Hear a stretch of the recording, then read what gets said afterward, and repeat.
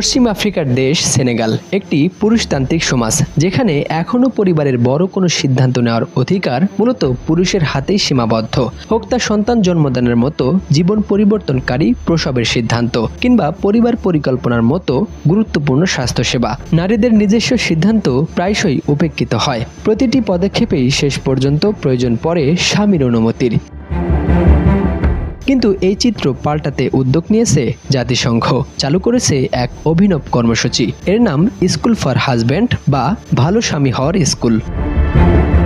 রাজধানী ঢাকার এক সন্ধ্যায় ক্লাসরুমে বসে আছেন কয়েকজন স্বামী। তাদের সামনে আলোচনা করছেন ইমাম ইব্রাহিমা দিয়ান। কোরআন হাদিসের আলোকে তিনি বোঝাচ্ছেন, নারী পুরুষ উভয়ই সংসারে সমান দায়িত্ব রয়েছে।